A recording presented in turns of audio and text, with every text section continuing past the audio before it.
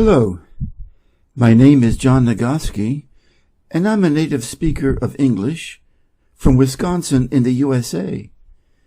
I would like to introduce to you my English reading channel with questions and answers. Outwitting the Devil by Napoleon Hill. Chapter 9, Education and Religion. This is pretty deep stuff, Your Majesty. Let us get back to the discussion of lighter and more concrete subjects that are likely to interest the majority of people. I am interested in discussing the things that make people happy and miserable, rich and poor, sick and healthy. In brief, I am interested in everything that can be used by human beings to make life pay satisfactory dividends in return for the effort that one puts into the business of living. Very well, let us be definite. You have my idea. Your Majesty has a tendency to stray off into abstract details which most people can neither understand nor use in the solution of their problems. Go ahead now and tell me something more of the miseries and failures of human beings growing directly out of indefiniteness. Why not permit me to tell you more of the pleasures and successes of people who understand and apply the principle of definiteness? A life that is lived with fullness of peace of mind, contentment, and happiness always divests itself of everything it does not want. Anyone who submits to annoyance by things he does not want is not definite. He is a drifter. A life that is lived with fullness of peace of mind, contentment, and happiness always divests itself of everything it does not want. Aren't people sometimes bound to others by a relationship of duty, which renders it impractical for them to take from life what they want most? Duty is one of the most abused and misunderstood words in existence.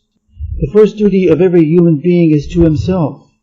Every person owes himself the duty of finding how to live a full and happy life. Beyond this, if one has time and energy not needed in the fulfillment of his own desires, one may assume responsibility for helping others. The first duty of every human being is to himself. Every person owes himself the duty of finding how to live a full and happy life. Isn't that a selfish attitude? And isn't selfishness one of the causes of failure to find happiness? I stand by my statement that there is no higher duty than that which one owes himself. Your Majesty, it is you who are on trial here, not I. I want the truth, and I am not particular as to the source from which I get it. There is something radically wrong with the system of education that has given us a balance sheet with life that shows us hopelessly in the red and groping for the road to self-determination as if we were so many animals lost in the jungle. I want to know two things about this system. First, what is the major weakness of the system? Second, how can this weakness be eliminated? Please stick to the question and stop trying to decoy me into the discussion of deep, abstract subjects. That's definite, is it not? You leave me no choice but that of direct answer. To begin with, the public school system approaches the subject of education from the wrong angle. The school system endeavors to teach children to memorize facts, instead of teaching them how to use their own minds. Is that all that is wrong with the system? No, that is only the beginning. Another major weakness of the school system is that it does not establish in the minds of children either the importance of definiteness of purpose or make any attempt to teach youths how to be definite about anything. The major object of all schooling is to force the students to cram their memories with facts instead of teaching them how to organize and make practical use of facts. This cramming system centers the attention of students on the accumulation of credits, but overlooks the important question of how to use knowledge in the practical affairs of life. The system turns out graduates whose names are inscribed upon parchment certificates, but whose minds are empty of self-determination. It is no wonder the system neglects to teach children the importance of definiteness of purpose when the system itself has literally evolved through indefiniteness. What would correct this weakness of the public school system? Let's not complain of the weakness of the system unless we are prepared to offer a practical remedy with which it can be corrected. Go ahead now and give me a detailed catalog of all the changes in the public school system which would improve it. So you want the entire catalog, do you? Do you want the suggested changes in the order of their importance? Describe the changes needed just as they come to you. You are forcing me to commit an act of treason against myself, but here it is. Reverse the present system by giving children the privilege of leading in their schoolwork instead of following orthodox rules designed only to impart abstract knowledge. Let instructors serve as students, and let the students serve as instructors. As far as possible, organize all schoolwork into definite methods through which the student can learn by doing, and direct the classwork so that every student engages in some form of practical labor connected with the daily problems of life. Ideas are the beginning of all human achievement. Teach all students how to recognize practical ideas that they may be of benefit in helping them acquire whatever they demand of life. Teach the students how to budget and use time. And above all, teach the truth that time is the greatest asset available to human beings and the cheapest. Teach the student the basic motives by which all people are influenced and show how to use these motives in acquiring the necessities and the luxuries of life. Teach children what to eat, how much to eat, and what is the relationship between proper eating and sound health. Teach children the true nature and function of the emotion of sex, and above all teach them that it can be transmuted into a driving force capable of lifting one to great heights of achievement. Teach children to be definite in all things, beginning with the choice of a definite major purpose in life. Teach children the difference between temporary defeat and failure, and show them how to search for the seed of an equivalent advantage which comes with every defeat. Teach children to express their own thoughts fearlessly, and to accept or reject at will all ideas of others, reserving to themselves always the privilege of relying upon their own judgment. Teach children to reach decisions promptly, and to change them, if at all, slowly and with reluctance, and never without a definite reason. Teach children that the human brain is the instrument with which one receives from the great storehouse of nature the energy which is specialized into definite thoughts. That the brain does not think, but serves as an instrument for the interpretation of stimuli which cause thought. Teach children the value of harmony in their own minds, and that this is attainable only through self-control. Teach children the nature and the value of self-control. Teach children that cigarettes, liquor, narcotics, and overindulgence in sex destroy the power of will and lead to the habit of drifting. Do not forbid these evils just to explain them.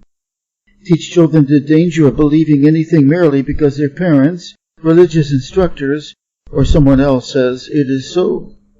Teach children to face facts, whether they are pleasant or unpleasant, without resorting to subterfuge or offering alibis. Teach children to encourage the use of their sixth sense through which ideas present themselves in their minds from unknown sources, and to examine all such ideas carefully. Teach children the full import of the law of compensation as it was interpreted by Ralph Waldo Emerson, and show them how the law works in the small, everyday affairs of life. Teach children that definiteness of purpose, backed by definite plans, persistently and continuously applied, is the most efficacious form of prayer available to human beings. Teach children that the space they occupy in the world is measured definitely by the quality and quantity of useful service they render the world. Teach children there is no problem which does not have an appropriate solution, and that the solution often may be found in the circumstance creating the problem. Teach children that their only real limitations are those which they set up or permit others to establish in their own minds. Teach them that man can achieve whatever man can conceive and believe.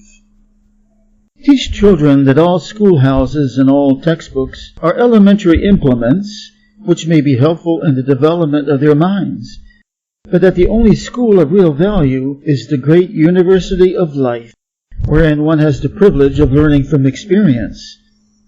Teach children to be true to themselves at all times, and since they cannot please everybody, therefore to do a good job of pleasing themselves.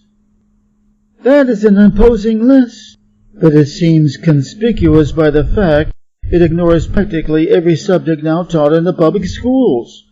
Was that intended? Yes, you asked for a list of suggested changes in public school curricula, which would benefit children. Well, that is what you got. Should any other changes be made in the public school system? Yes, many. Among other changes needed in all public school programs is the addition of a complete course of training in the psychology of harmonious negotiation between people.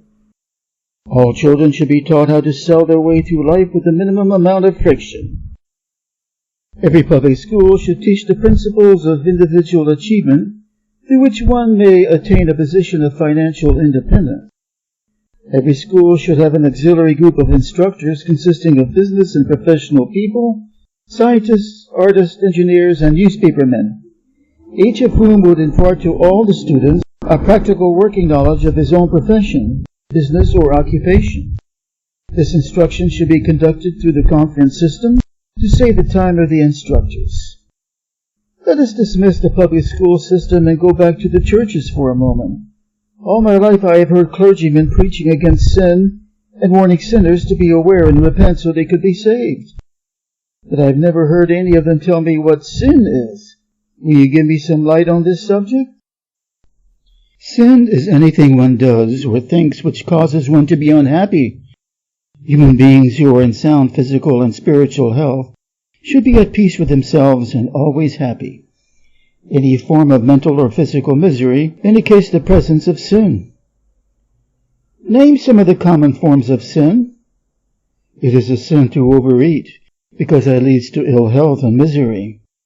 It is a sin to overindulge in sex, because that breaks down one's willpower and leads to the habit of drifting.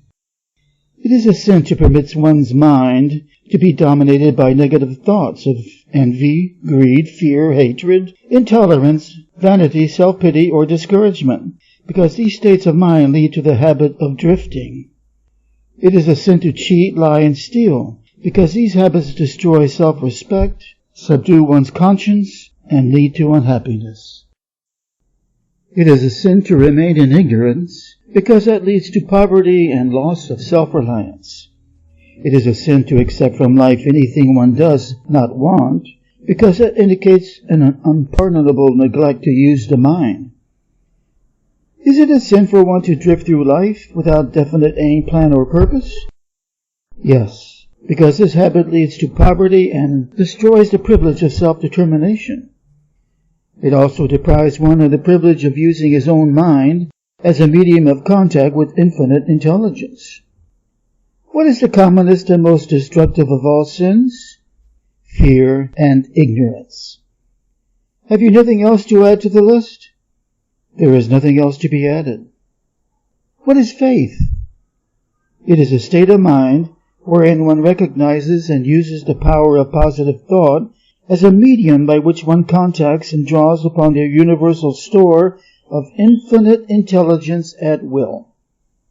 In other words, faith is the absence of all forms of negative thought. Is that the idea? Yes, that is another way of describing it. Has a drifter the capacity to use faith? He may have the capacity, but he does not use it. Everyone has the potential power to clear his mind of all negative thoughts, and thereby avail himself of the power of faith. Stating the matter in another way, faith is definiteness of purpose, backed by belief in the attainment of the object of that purpose. Is that correct? That's the idea, exactly. Faith is a state of mind wherein one recognizes and uses the power of positive thought as a medium by which one contacts and draws upon the universal store of infinite intelligence at will. Hill succinctly sums up the definition. Faith is definiteness of purpose backed by belief in the attainment of the object of that purpose. This is the end of Chapter 9.